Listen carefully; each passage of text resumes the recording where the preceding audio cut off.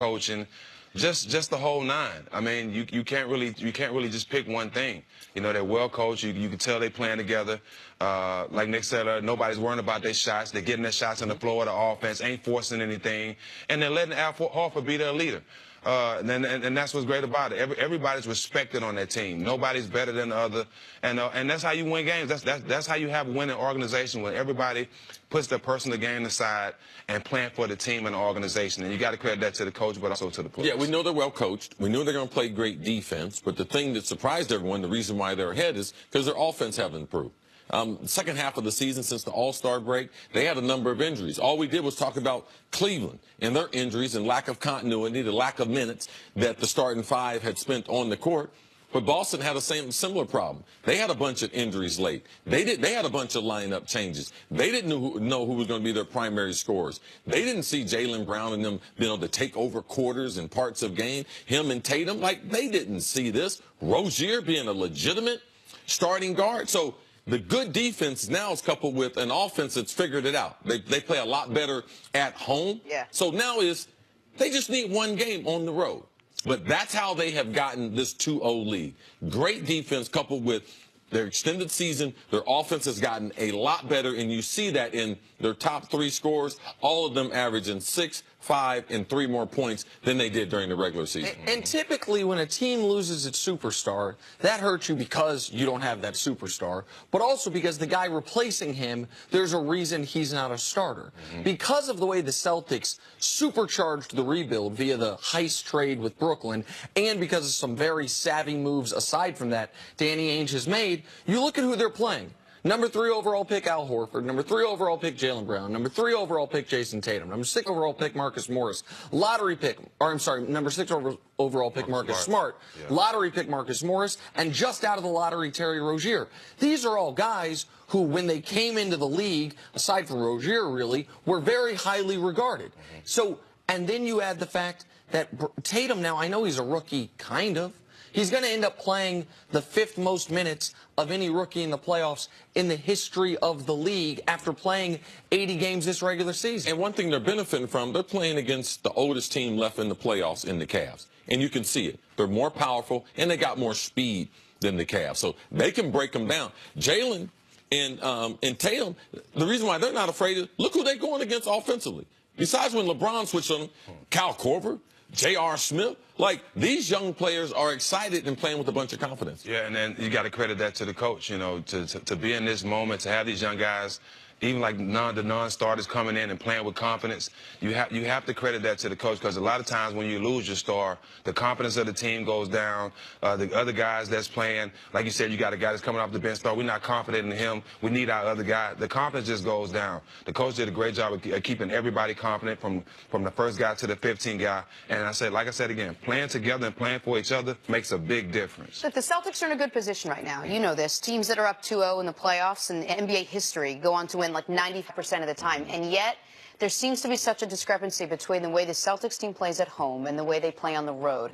Do they have to change anything up? Is there anything they're going to do differently? I mean, why has there been such a discrepancy? Well, this one being young comes into play. Yes. Going on the road, those same shots might not fall. You got to still be able to keep your composure. And this team has done that for the most part. But it's a different game on the road. The crowd's different. It's just a different feel. And you have to have experience to be able to thrive in that type of environment. And these guys are young, but we'll see if they. But you can't win like that at home. That's the way you do on the road. They had a lot of turnovers. They played a little. Those loose balls they get at home, they might not get on the road. A lot of shots might not fall. So it's going to be a different game. Yeah. I don't think personally that they can win the same way that they play at home on the road. Yeah, those energy plays, because you don't have the energy from the crowd. Right. So playing on the road, you're also at the hotel. You also have to manage your time, your free time. You have to manage people getting a hold of you. Compare it to being at home, sleeping in your own bed, knowing how you're going to get to the game. Role players play better in an environment that they're comfortable. Right. That's why on the road, you need superstar players to build takeover, the crowd, to build silence the crowd, because that's what you have to do. You have to create your own momentum on the road, and it's harder for younger players to be able to do that. And I want to get back to something you said about coaching, because you know who was very complimentary of Brad Stevens after the game yesterday? Just about every Cav you asked. Unprompted or prompted, man, they're a really well-coached team. Man, their coach made some really good adjustments. And while I think at times Ty Lue has not gotten enough credit, this is a guy who was the head coach of a team that beat a 73-win team in the finals. This is a guy that's dealt with multiple different variations of his own team this year, that deals with the positives and the negatives of coaching a personality as powerful as LeBron James. But Ty Lue yesterday at times fell asleep at the wheel. In the third quarter, when the Celtics are turning a 7-point deficit to a 7-point lead, 26, I think, to 16 run, you don't make a single substitution. Late in the game, when LeBron comes back in, cuts it to 6 points. The insertion he makes is not Kyle Korver.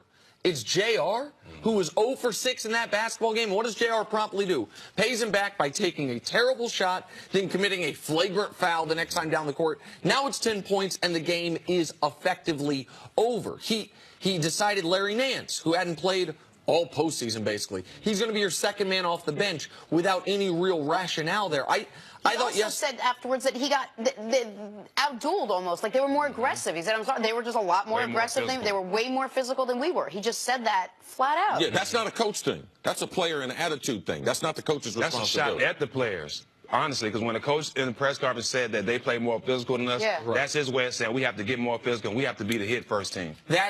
I'm glad you brought it up, Jenna, because that's what I thought was so interesting. The coach is almost never going to directly say in a press conference, this player was bad. And a player almost never is going to say our coach was bad. But when you go out of your way to compliment the other team's coach as a player, that's a shot at your coach often. And when a coach goes to the press conference and says they were more aggressive, they hit first, that's a shot at you guys. Van Gundy had an interesting note during the game. He said the Cavs look like a couple in a bad marriage. They're rolling their eyes at each other. They seemed like they didn't want to be there, Stephen, in their second most important game of the year, despite the fact that their best player was playing out of his mind. Like, when you're playing with Duncan, and Duncan is locked in and killing it, what does that do for your level of interest? You are maybe a bad example because you were 100% basically every game. But for the guys around you that weren't always as locked in as you, what would it do when you saw your best player playing at that level? Well, anytime Tim Duncan was at the top of his game, one thing about him, it just made everybody else better. It wasn't like feeding off him, because once he started dominated, then they start double teaming. I'm going to get wide open shots the rest of the game. He just made you better. It wasn't just watching him and it was contagious. It's just him and involved in the game and actually making you better as a player. You know, just dominating the game and you feeding off his greatness. A lot of shots I got in the finals was wide open because they had to double team Tim Duncan. It's just commanding your greatness and being great on the court, and that's what he did. And when you have a guy like that, you have to feed off of it, though. You have to. There's no way you can let him go to war by himself. And to touch on what T. Lue said, I can see him saying stuff like that about being aggressive and the team hitting us first, because he was a feisty little guy. Yes. He played hard. That's why he used the term they zoomed it up. That was a term that they used in an era for which they played, where they would foul you hard and they would do certain things to you. He come from that era. So when he says stuff like that, he wishes he could translate what's in him to his teammates, and it's hard to do that.